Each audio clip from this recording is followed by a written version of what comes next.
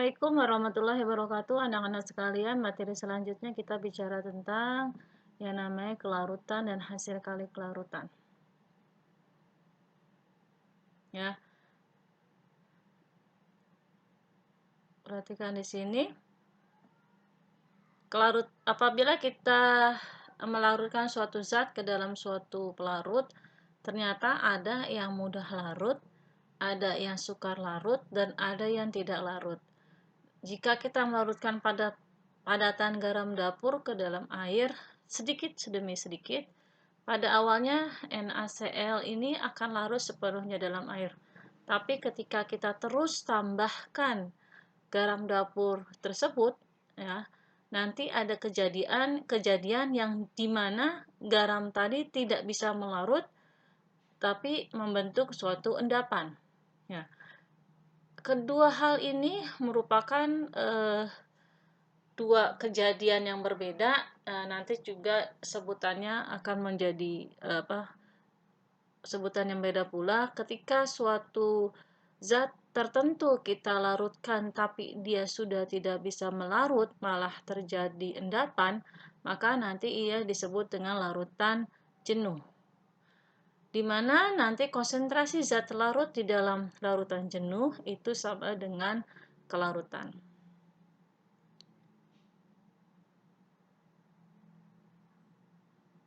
Ini yang tadi saya jelaskan di awal. Di sini saya katakan nanti ketika suatu zat terlarut, kita mau larutkan ke dalam suatu pelarut, nanti kita terbentuk ada 3 keadaan tepatnya. Tadi kan sebelumnya saya sudah jelaskan di slide sebelumnya, misalkan larutan belum jenuh. Zat terlarutnya itu misalkan garam dapur. Kita mau larutkan dia ke dalam air. Ya, nanti ada suatu keadaan semua garam dapur tersebut bisa melarut secara sempurna. Lalu terus kita tambahkan garam dapur tersebut, lama-kelamaan tidak bisa melarut semua, malah terbentuk endapan. Itu yang tadi kita kenal dengan peristiwa larutan lewat jenuh. Ketika semua garam dapur itu melarut semua, ya, maka disebut dengan larutan belum jenuh. Lalu apa sih artinya larutan tepat jenuh? Larutan tepat jenuh itu adalah ketika jumlah zat terlarut itu dalam larutan sama dengan kelarutannya pada suhu tertentu. Jadi dia itu suatu titik di mana keadaan natrium klorida atau garam dapurnya itu sudah mau berubah menjadi dalam bentuk endapan. Jadi dia sudah tidak bisa melarut lagi tepat saat itu gitu loh. Maka disebut dengan tepat jenuh. Ya.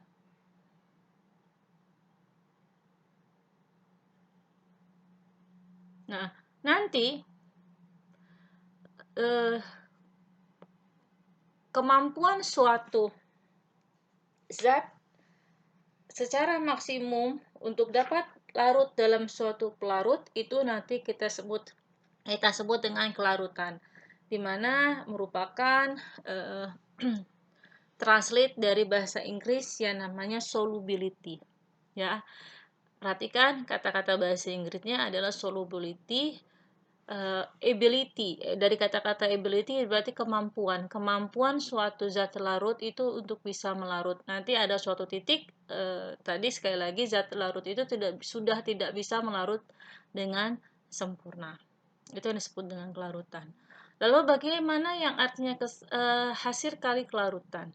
Hasil kali kelarutan itu sendiri adalah hasil kali konsentrasi ion-ion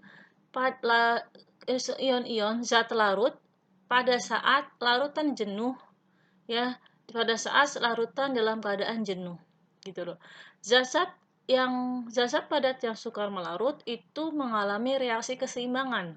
Jadi konsepnya sama seperti keseimbangan, tapi di sini adalah keseimbangan dalam bentuk larutan, ya. Nanti dikatakan zat padat yang sukar larut itu akan mengalami keseimbangan dengan padatan yang tidak larut dengan ion-ion zat tersebut yang larut.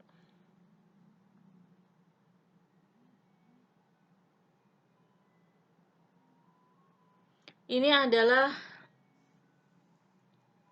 peta konsep ketika kita mempelajari kelarutan dan hasil kali kelarutan, di mana nanti hasil kali kelarutan itu berdasarkan reaksi keseimbangan. Sekali lagi, kita hitung itu, kita gunakan untuk menghitung kelarutan, di mana nanti kelarutan zatnya itu dipengaruhi oleh ion senama dan pH. Dari konstanta hasil kelarutan ini, kita bisa dapat meneramalkan apakah sudah terjadi endapan atau tidak.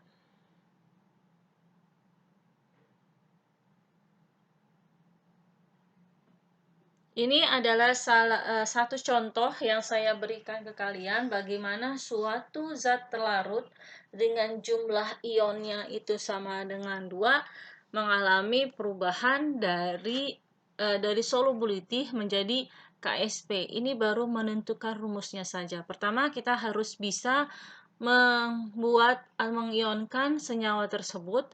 Lalu ketika dia mengion, lalu kita buat rumusannya, di mana rumusannya itu koefisien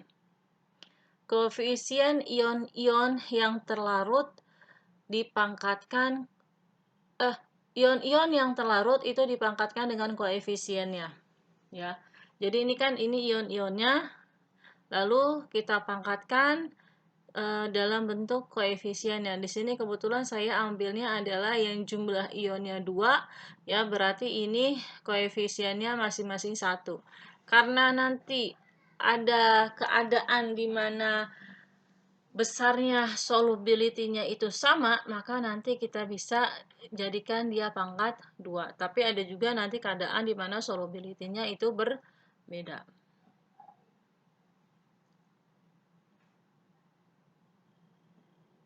Nah, ini bagaimana kita menentukan KSP-nya. Kalau tadi kita bagaimana menentukan kelarutan dan dihubungkan. Dari sini adalah rumusan untuk menentukan KSP. Contohnya di sini adalah perak kromat. Itu akan terurai menjadi 2Ag+ dan CrO4 2-. Ketika dia mau menjadi KSP, ion-ion tadi akan dipangkatkan dengan koefisiennya. Kalau Ag ini dia mempunyai koefisien 2, maka M-nya ini akan bernilai 2. Lalu di sini kromat itu dia tidak mempunyai koefisien atau kita anggap koefisiennya 1, maka nanti kromat yang kita taruh di sini jumlah koefisiennya cuma 1.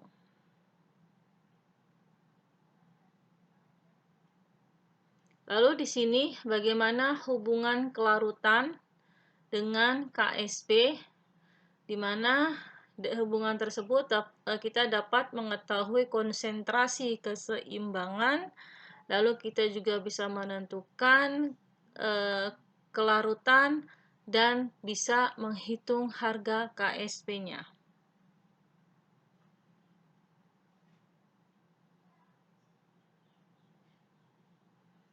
Nanti ada, ya, berdasarkan peta yang saya sudah berikan di depan, itu ada yang namanya pengaruh ion senama.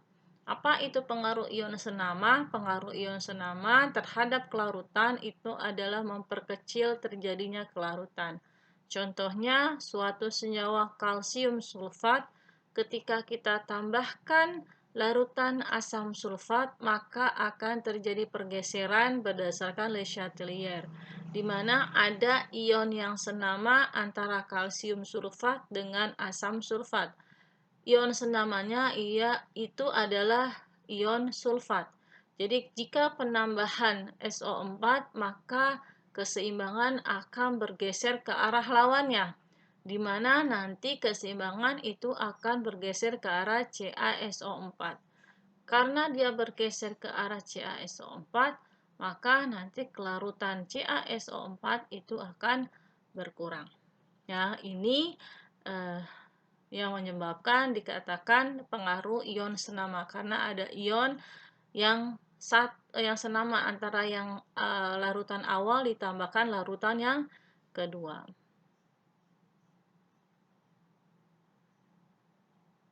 Ya, demikianlah penjelasan saya tentang KSP, kelarutan dan hasil kelarutan. Di video kedua saya akan buat contoh dari latihan soal yang berhubungan dengan kelarutan dan hasil kali kelarutan. Sampai bertemu kembali. Assalamualaikum warahmatullahi wabarakatuh.